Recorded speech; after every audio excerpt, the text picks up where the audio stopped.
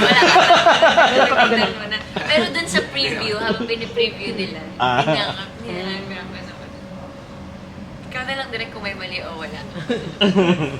From Lin lang pa lang, no, alam niya na parang yung mga tao sobrang invested sa inyong dalawa. Na even your personal lives, parang pinipilit, tinutukso kayo. Hindi mo yan nakakainis pag ikaw yung nasa posisyon na nakakapikon or nakakailangan. Ano yung nararamdaman sa ganun?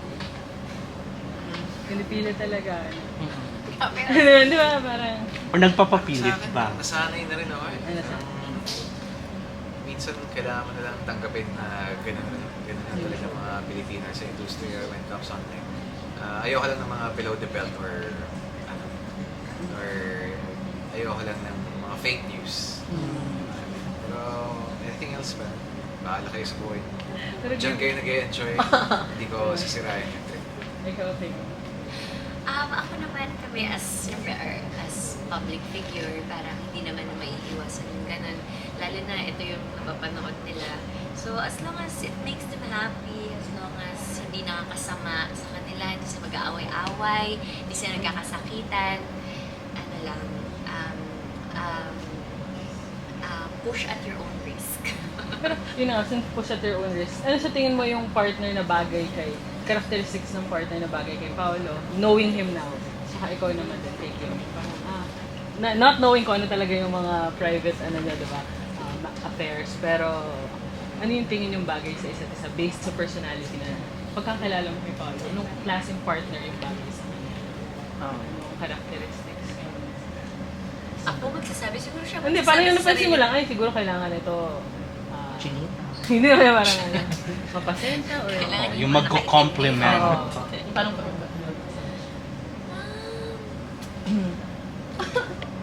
Hindi ko alam.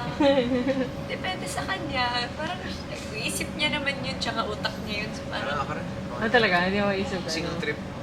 oo, parang hindi mo rin naman kasi masabi pag nandun ka. Pero sa dami ninyo naging collab team, ano yung meron sa isa't isa na espesyal na wala doon sa mga dati nyo nakapareha? Ako, ano talaga, hands down ako sa work ethics ni Paolo. Parang no questions asked. Parang very aware siya sa mga tao sa paligid and then sa mga co-actors niya and sa role na ginagawa niya.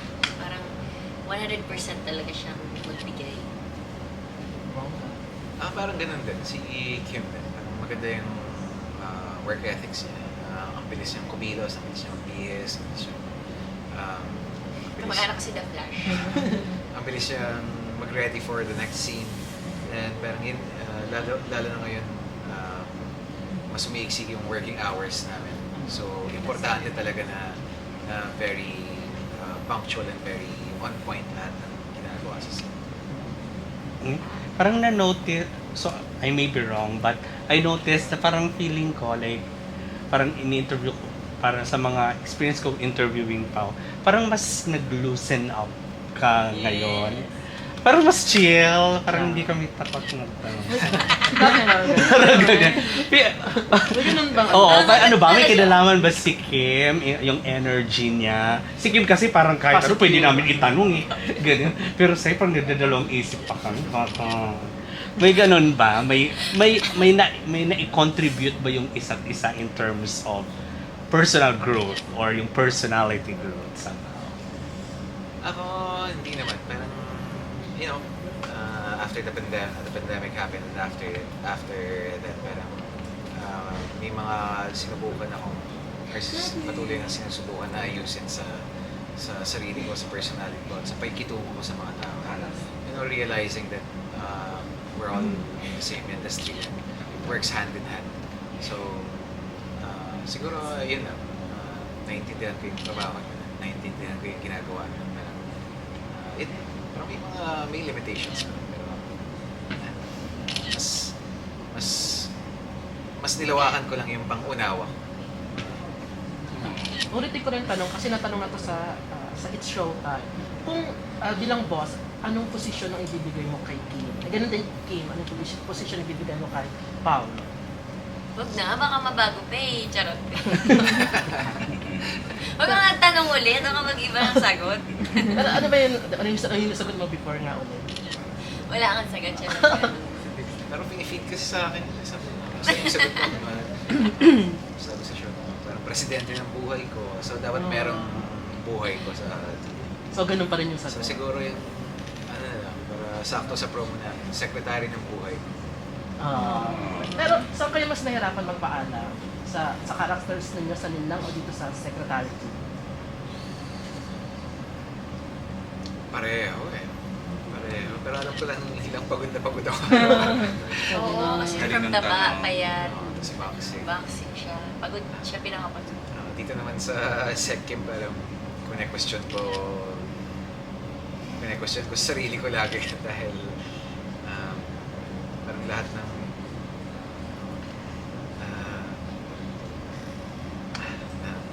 maalala ko, hinahanap ko yung salita lahat ng imperfections ko, napapansin ko na dahil sa pagkaka-explain rin kasi sa script, parang perfect, parang ganyan. Tapos titingin ko sa lamin, parang hindi naman. So, ayun. What about you, Kim? Alin nga yun. Saan ka mas nahirapan magpaalam? Nahirapan Kay Juliano o dito kay Kim? let go. Parehas la. Actually, magkaibang experience kasi siya eh. Tsaka both projects are very precious naman. Lahat naman talaga ng project kasi hindi mo alam kailan ulit yung next, ganito, ganyan. So, kailan ka ulit mabibigyan ng projects. Parang every time you say goodbye, it's always hard. Yung last ko na question, for the fans, nakikita ko lang nagtatalo sila dun sa pink tumbler. Kanina raw ba ang pink tumbler? Kasi sabi na kay Kim, pero parang nakikita ang ginagamit. Parang pinapatanong. Kanino daw ang pink tumbler? O pareho ba kayo ng tumbler?